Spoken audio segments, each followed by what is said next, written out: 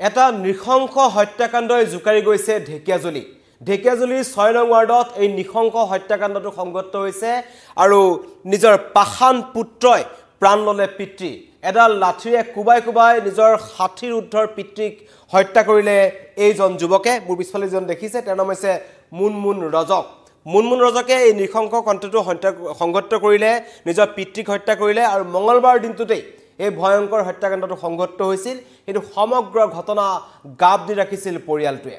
পৰিয়ালটোৱে নিজৰ পুত্ৰই পিতৃক হত্যা কৰাৰ পিছত তেখেতৰ শেষকৃত্য সম্পন্ন কৰিছিল আৰক্ষীক নজনাকৈ। বহু পিছত কালিৰ দিনটোত এই সমগ্ৰ ঘটনা পোহৰলৈ আহিছে। মঙলবাৰে তেওঁ ঘটনা সংঘটিত কৰিছিল। পাৰিবাৰিক কন্দলৰ পৰিণতে ভয়ংকৰ ঘটনাটো সংঘটিত হ'ল, কিন্তু তথাপিও কোনো মানি ল'ব বিচৰা নাই কেনেকৈ এজন পুত্ৰই নিজৰ পিতৃক এডাল লাঠিৰে কুবাই কুবাই অতি নৃশংসভাৱে হত্যা কৰিছিল। ইতিমধ্যেই আৰক্ষীৰ জালত পৰিছে এজন পাখান পুত্ৰ, নাম হৈছে মুনমুন ৰজক। আৰু মুনমুন ৰজকৰ ভাষ্য আহিছে, তেওঁ এটা কথা কৈছে, দীৰ্ঘদিন ধৰি যিজন ব্যক্তিক হত্যা কৰা হ'ল তেওঁৰ নাম হৈছে কান্তু ৰজক। কান্তু ৰজকে ঘৰত অশান্তি কৰি থকাৰ কথা পুত্ৰই কৈছে। দীৰ্ঘদিন ধৰি পাৰিবাৰিক অশান্তিত ভুগি আছিল পৰিয়ালটো আৰু হিতাহিত জ্ঞান হেৰুৱাই এজন যুৱকে নিজৰ পিতৃক এডাল লাঠিৰে কুবাই কুবাই মঙলবাৰ দিনটোত হত্যা কৰিছিল। কিন্তু তাৰ পাছতেই সমগ্ৰ ঘটনাটো ৰহস্যৰ আৱৰ্তত সোমাই পৰে, কাৰণ পৰিয়ালে এজন ব্যক্তিক হত্যা কৰাৰ পাছত আৰক্ষীক নজনাকৈ, স্থানৰ ৰাইজক নজনাকৈ, কোনো গাঁও প্ৰধানক নজনাকৈ তেওঁলোকে নিজাববীয়াকৈ মৃতদেহটো শেষকৃত্য সম্পন্ন কৰিছিল। তেওঁলোকৰ যি ধৰণৰ ৰীতি নীতি আছে আৰু এটা স্বাভাৱিক মৃত্যু হিচাপে তেওঁলোকে সকলোকে জনাব বিচাৰিছিল। সেই ঘটনাক লৈ ৰহস্যটো এতিয়া ৰহস্য ঘন হৈ পৰিছে। এই সমগ্ৰ ঘটনাত কেৱল এজন মুনমুন ৰজকেই জড়িত হৈ আছে নে পৰিয়ালৰ অন্য লোকসকলেও মিলি সেই ব্যক্তিজনক হত্যা কৰিছিল, সেই ঘটনাৰ তদন্ত কিন্তু এতিয়া আৰক্ষীয়ে কৰিব। বহু পলমকৈ সমগ্ৰ ঘটনা পোহৰলৈ আহে। মঙলবাৰ দিনটোত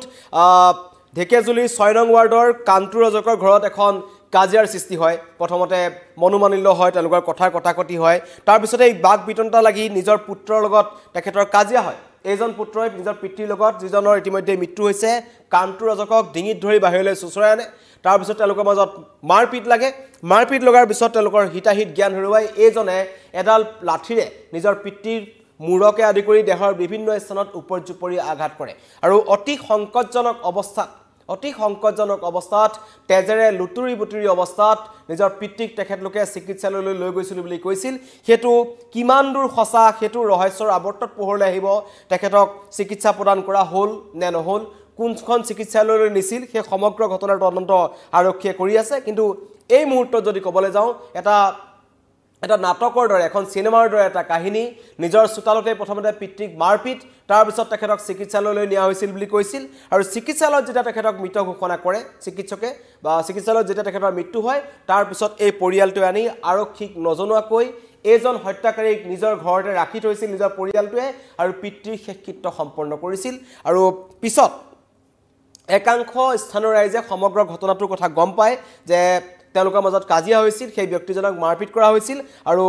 নিশাৰ ভাগলৈ তেখেতৰ যেতিয়া শেষকৃত্য সম্পন্ন কৰা হয়, স্থানীয় ৰাইজৰ মাজত কিছু সন্দেহ উপজে। তেওঁলোকে সোধপোছ কৰিছিল আৰু ইয়াৰ পাছতেই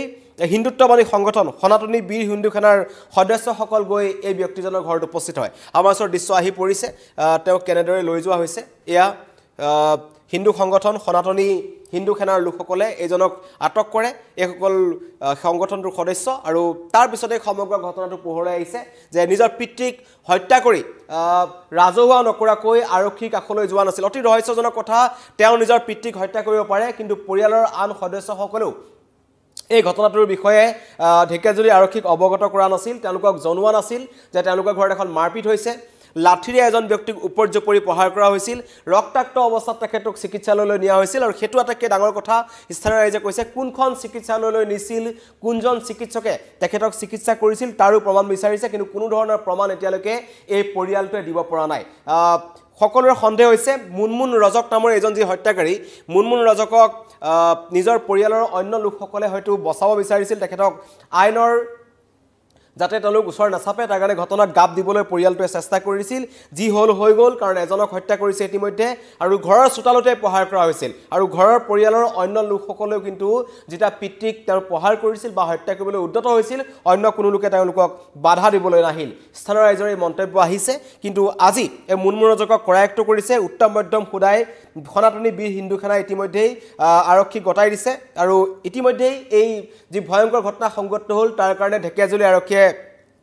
জেৰা চলাইছে আৰু মুনমুনে আৰক্ষীৰ সন্মুখত স্বীকাৰ কৰিছে এই যুৱকজনে আৰক্ষীৰ সন্মুখত স্বীকাৰ কৰিছে যে পিতৃৰ লগত হোৱা ঘৰুৱা কাজিয়াৰ ফলস্বৰূপে তেওঁ পিতৃক হত্যা কৰিছিল পাৰিবাৰিক কন্দলৰ পৰিণতিতে এই ভয়ংকৰ ঘটনা সংঘটিত হৈছিল আৰু এই ঘটনাৰ দিনা প্ৰতিক্ৰিয়াৰ সৃষ্টি হৈছে এজন পুত্ৰৰ নিজৰ পিতৃক মৃত্যুৰ মুখলৈ ঠেলি দিয়া আৰু সমগ্ৰ ঘটনাটো নিজৰ পৰিয়ালটোৱে গাপ দি ৰখা লগতে গোপনে তেখেতৰ মৃতদেহ সৎকাৰ কৰা শেষ কৃত্য সম্পন্ন কৰিছিল পৰিয়ালটোৱে যাক লৈ সৰ্বসাধাৰণৰ মাজত তীব্ৰ চাঞ্চল্যৰ সৃষ্টি হৈছে আৰক্ষী আছে প্ৰশাসন আছে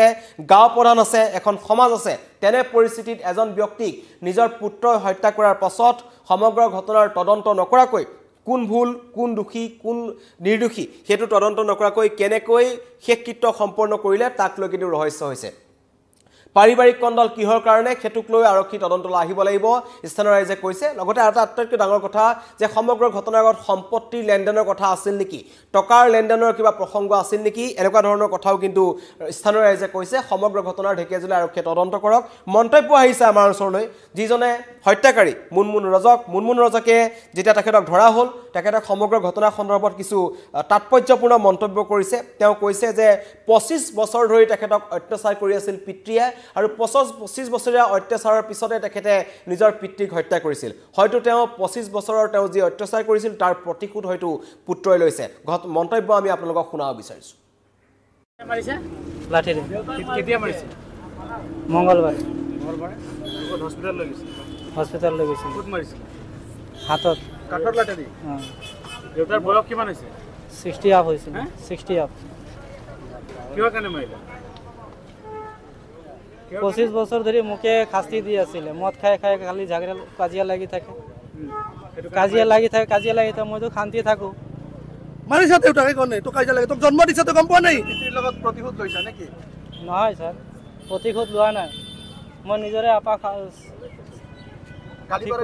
গালি বাৰৰ কাৰণে প্ৰতিশোধ লৈছা গালি নাপাৰে অশাস্তি দি থাকে আমাক মাৰিছে লাঠিৰে কেতিয়া মাৰিছে মঙ্গলবাৰ হস্পিটাল লৈ গৈছে ক'ত মাৰিছে হাতত কাঠৰ লাঠি দেউতাৰ বয়স কিমান হৈছে 60 আপ হৈছে 60 আপ কিয় কাৰণে মাৰিলে 25 বছৰ ধৰি মুকে শাস্তি দি আছিল মদ খাই খাই খালি ঝগড়া কাজিয়া লাগি থাকে মইতো শান্তি থাকো মাৰিছা দেউতাকে কোনে তো কাজিয়া লাগে তোক জন্ম দিছে তো গম পোৱা নাই পিতৃৰ লগত প্ৰতিশোধ লৈছা নেকি নহয় স্যাৰ প্ৰতিশোধ লোৱা নাই মই নিজৰে আপা গালি বাৰৰ কাৰণে প্ৰতিশোধ লৈছা গালি নাপাৰে হত্যাকাৰী পুত্ৰৰ মন্তব্য শুনিলে এটা তাৎপৰ্যপূৰ্ণ মন্তব্য কৰিছে যে 25 বছৰ ধৰি পিতৃয়ে ঘৰত অশান্তি কৰিছিল কিন্তু সেই পৰিয়ালটোৱে কোনোদিনে আৰক্ষীৰ ওচৰ চপা নাছিল তাক লৈ এটা ৰহস্যৰ আৱৰ্তত যদিহে ব্যক্তিজনে তাত সেই প্ৰতিদিনে সেই ঘৰখনত অশান্তি সৃষ্টি কৰিছিল আৰক্ষী প্ৰশাসন আছিল কিন্তু তাৰ পিছতো তেওঁলোকে নিজেই নিজ পুত্ৰই নিজৰ পিতৃক হত্যা কৰিলে হত্যা কৰি চোতালত মাৰপিট কৰিছিল আৰক্ষী তেওঁলোকে চিকিৎসালয়লৈ নিয়াৰ কথা কৈছে কিন্তু তাতো সন্দেহ আছে স্থানীয় ৰাইজৰ মন্তব্য আছে স্থানীয় ৰাইজে এটা কথা কৈছে যে তেওঁলোকে হয়তো চিকিৎসালয়লৈ নিয়া নাছিল পিতৃক পৰিকল্পিতভাৱে হত্যা কৰা হৈছিল হত্যা কৰি যাতে স্থানীয় ৰাইজে সমগ্ৰ ঘটনাটো গম নাপায় এটা স্বাভাৱিক মৃত্যুৰ ৰূপ দিবলৈ চেষ্টা কৰা হৈছিল আৰু শেষ কৃত্য সম্পন্ন কৰা হৈছিল মৰণোত্তৰ পৰীক্ষা নকৰাকৈ শেষ কৃত্য সম্পন্ন কৰা ঘটনাটো কোনো স্থানীয় ৰাইজে মানি ল'ব পৰা নাই আৰু এইদৰে আজি পুৱা যদি কিবা কাৰণত এই সমগ্ৰ ঘটনাটো সনাতনী বীৰ হিন্দু সেনাৰ কাণত নপৰিলেহেঁতেন তেন্তে এতিয়াও ঘটনাটো ৰহস্যৰ আৱৰ্ততে থাকিলেহেঁতেন ঢেকিয়াজুলি 6 নং ৱাৰ্ডত এই ভয়ংকৰ ঘটনাটো সংঘটিত হৈছে লাঠিৰে কোবাই নিজৰ পুত্ৰই পিতৃক হত্যা কৰিছে আৰু তাৰ আঁৰত গম পোৱা গৈছে প্ৰাথমিক পৰ্যায়ৰ তদন্তত পোহৰলৈ আহিছে এইটো এটা পাৰিবাৰিক কন্দলৰ ঘটনা কিন্তু এজন পুত্ৰই হত্যা কৰিলে পৰিয়ালটোত বাকি 4জন সদস্য আছে সেই 4জন সদস্যও কিন্তু এই হত্যাকাৰী পুত্ৰ মুনমুন ৰজকক সমৰ্থন কৰিছিল আৰু সমগ্ৰ ঘটনাক গাপ দিবলৈ চেষ্টা কৰিছিল পৰিয়ালৰ আটাইকে খুদা পোছা কৰা হ'ব আৰু কে সমগ্ৰ ঘটনাৰ তদন্ত কৰিছে ইতিমধ্যেই এই কান্তু ৰজক নামৰ যিজন ব্যক্তিৰ মৃত্যু হৈছে যাৰ বয়স 60 বছৰ উৰ্ধত তেখেতৰ পুত্ৰ মুনমুন ৰজকক আটক কৰিছে এজন হৈছে মুনমুন ৰজক এজন হৈছে হত্যাকাৰী তেওঁ কোনো ধৰণৰ কথা স্পষ্টভাৱে ক'বলৈ এতিয়ালৈকে সক্ষম হোৱা নাই সালে বেৰে কুবাই তেওঁ কিছুমান কথা কৈছে নিজৰ যেটো ভুল আছে হেতু তেওঁ এৰিবলৈ চেষ্টা কৰিছে তেওঁ কৈছে পিতৃয়ে তেওঁলোকক অত্যাচাৰ কৰিছিল 25 বছৰ অত্যাচাৰ কৰি থকাৰ কাৰণে তেওঁ ধৈৰ্যৰ বান ছিঙি তেওঁ নিজৰ পিতৃক হত্যা কৰিছে কিন্তু কিমান সত্য তেখেতৰ এই অভিযোগ হেতু আৰক্ষী তদন্ততে পোহৰলৈ আহিব কিন্তু স্থানীয় ৰাইজৰ মন্তব্য আছে তেওঁলোকে এটা কথা কৈছে যে কোনোদিন হাই কাজিয়া তেওঁলোকৰ ঘৰত আছিল যদিও বহুত বেছি এটা হাই কাজিয়া তেওঁলোকৰ ঘৰত নাছিল আৰু সেই দিনাখন কিন্তু বিয়লিৰ ভাগত যেটো মঙ্গলবাৰ দিনটোত হাই কাজিয়া হৈছিল আৰু নিজৰ পুত্ৰই নিজৰ পিতৃক এডাল লাঠিৰে উপৰজুপৰি প্ৰহাৰ কৰিছিল কিন্তু চিকিৎসালয়লৈ তেওঁলোকে লিয়া নাছিল তেওঁলোকে হয়তো মিছা মাতিছে আৰু তেওঁলোকে যেটো কোনজন ডক্টৰৰ ওচৰলৈ দিছিল কোনজন চিকিৎসকে তেখেতক মৃত ঘোষণা কৰিছিল কোনজন চিকিৎসকে তেখেতক চাইছিল সেই তথ্য কিন্তু তেওঁলোকে দিবলৈ সক্ষম হোৱা নাই স্থানীয় ৰাইজৰ এটাই দাবী কঠোৰৰ পৰা কঠোৰ শাস্তি হ'ব লাগে পিতৃ হত্যাকাৰী মুনমুন ৰজকৰ তেখেতক এইদৰে উত্তম মধ্যম খুদাইছে একাংশ সংগঠনৰ নেতৃত্বই হিন্দুত্ববাদী সংগঠন সনাতনী বীৰ হিন্দু খানাই তেওঁলোকক কৰায়ত্ব কৰি ঢেকেজুলি আৰক্ষীক গতাই দিছে ঢেকেজুলি আৰক্ষীয়ে যেতিয়া জেৰা চলাইছে জেৰাত এটা কথা স্বীকাৰ কৰিছে যে হয় তেওঁ নিজৰ পিতৃক হত্যা কৰিছিল আৰু হত্যা কৰাৰ আঁৰত আছে পাৰিবাৰিক কন্দল দীৰ্ঘদিন ধৰি তেওঁলোকৰ মাজত কিছু পাৰিবাৰিক কন্দল আছিল আৰু পাৰিবাৰিক কন্দলৰ কাৰণেই নিজৰ পিতৃকে তেওঁ হত্যা কৰিলে ভয়ংকৰ ঘটনা জনালো ঢেকিয়াজুলিৰ পৰা আহিছিল পাখান পুত্ৰই প্ৰাণ ললে পিতৃৰ এটা সৰু কথাত সামান্য কথাত এটা সৰু কথাত কাজিয়া হৈছিল আৰু সেই কথাকে এটা ইমান ভয়ংকৰ ঘটনালৈ গুচি গ'ল এডাল লাঠিৰে কুবাই নিজৰ পিতৃক হত্যা কৰিলে আৰু পৰিয়ালটো সেই সমগ্ৰ ঘটনাটো গাপ দি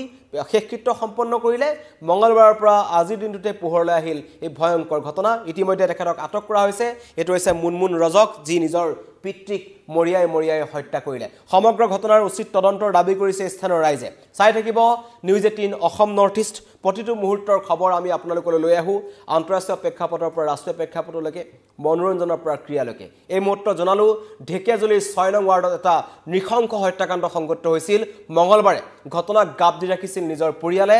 পুত্ৰই এডাল লাঠিৰে কুবাই নিজৰ পিতৃক হত্যা কৰিছিল সমগ্ৰ ঘটনা এতিয়া ৰহস্যৰ আৱৰ্তত ঢেকিয়াজুলিৰ আৰক্ষীৰ তদন্তত পোহৰলৈ আহিব সমগ্ৰ ঘটনাৰ ৰহস্য ধন্যবাদ